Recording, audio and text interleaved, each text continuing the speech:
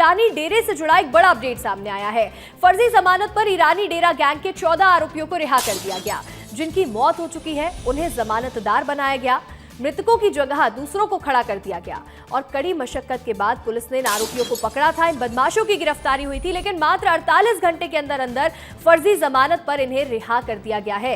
कई महीनों की प्लानिंग फेल होती नजर आ रही है, क्योंकि लंबे वक्त से पुलिस ने यह प्लानिंग की थी और इसके बाद पुलिस ने इन आरोपियों को पकड़ा था। हमारे सहयोगी विवेक जुड़ रहे हैं। विवेक, कई महीनों से ये प्लानिंग की जा रही थी, लंबे वक्त से पुलिस इस पूरी प्लानिंग में जुटी हुई थी कि कैसे ये ईरानी गैंग को पकड़ना है, और जब आरोपियों को पकड़ लिया गया तो मात्र 48 घंटे के अंदर अंदर कैसे फर्जी जमानत उन्हें दे दी गई?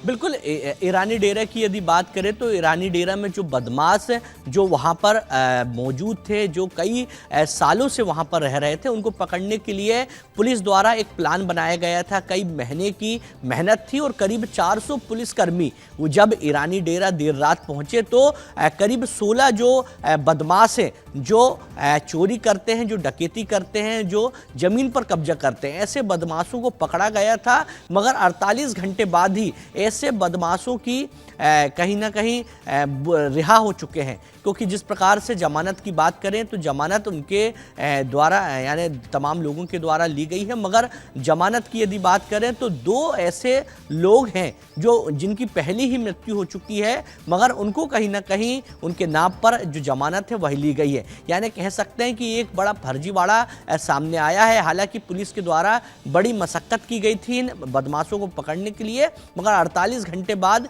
ये जो बदमाश हैं वो रिहा हो जाते हैं, क्योंकि 48 घंटों तक वह जेल में रहते हैं। उसके बाद उनकी बेल हो जाती है, क्योंकि जिनके द्वारा जमानत ली गई थी उन्होंने जो कागज लगाए थे उस कागज में साफ तौर पे पाया गया कि जो 2 लोगों की जो जमानत हुई है उसमें जो लोग हैं उनकी मृत्यु पहले हुई है। यानी कह सकते हैं कि फर्जी तरीके से जो जमानत है वह ली गई है। हालांकि ईरानी डेरा की यदि बात करें तो ईरानी डेरा को लेकर 6 राज्यों की पुलिस राजधानी भोपाल पहुंची थी और यहीं पर डेरा जमा के रखी हुई थी। और विस्तार न्यूज ने बताया था कि किस प्रकार से जो राजू ईरानी है उसका नेटवर्क किस प्रकार से अलग अलग राज्यों में है, वो किस प्रकार से अपने गैंग को सक्रिय करता है और अलग अलग राज्यों में चोरी करता है। क्योंकि राजू ईरानी की बात करें तो बड़े लंबे समय से कई राज्यों की पुलिस राजू ईरानी को ढूंढ रही है, मगर अभी भी राजू ईरानी जो है वह पुलिस की गिरफ्त से बाहर है। मगर एक बड़ा सवाल होता है कि इन बदमाशों को पकड़ने के लिए पुलिस ने बड़ी